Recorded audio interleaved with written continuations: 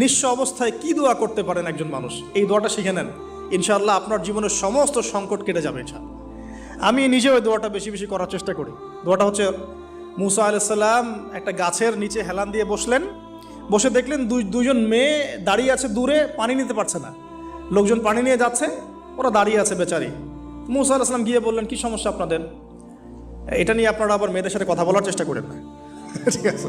তো মাহারাম গায়রা মাহারাম মেনে চলে। তারা বললেন যে আমাদের বাবা অনেক বৃদ্ধ মানুষ, আমরা পানি নিতে পারি না যতক্ষণ না আমাদের কম পানি নিয়ে চলে যায়।